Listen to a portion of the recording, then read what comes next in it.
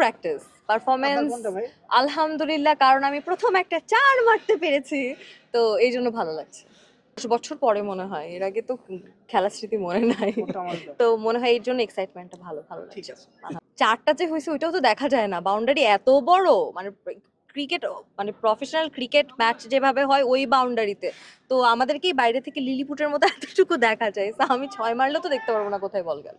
ভালো লাগছে, যখন শুরুতে আসলে স্টার্ট করলাম নার্ভাস লাগছিল, সত্যি বলতে ওই জায়গায় গেলে নার্ভাস লাগে, এটা অস্বীকার করতে পারি না। এখন তো খুব হাসিতে খুশিতে কথা বলছি, কিন্তু ওইখানে গেলে তুক তুক করে। ইস, 6 মারে না কেন? 6 মারে না কেন? আমি তো এটা এর আগেও একটা ইন্টারভিউতে বলেছি যে বাইরে থেকে ক্রিটিসাইজ করাটা খুব সহজ, মনে হয় যে আমার হাতে থাকলে খুব মারতে পারতাম, এখন বোঝা যাচ্ছে যে এত সহজ না, আমার হাতে থাকলেও মারতে পারতাম না, বল মাঝখান দিয়ে গড়িয়ে চলে যেত, এটাই সত্যি কথা। সামনে কি আপনার হাত থেকে হুম। দর্শকরা 6 থাকবে? দর্শকরা যদি আমার জন্য মন থেকে দোয়া করে, অবশ্যই আমি তাদেরকে সন্তুষ্ট করার জন্য হলেও একটা 6 মারার চেষ্টা করব। এখন একটাই? আপনারা কি আমার সাথে আছেন? আমি 6 মারতে পারবো?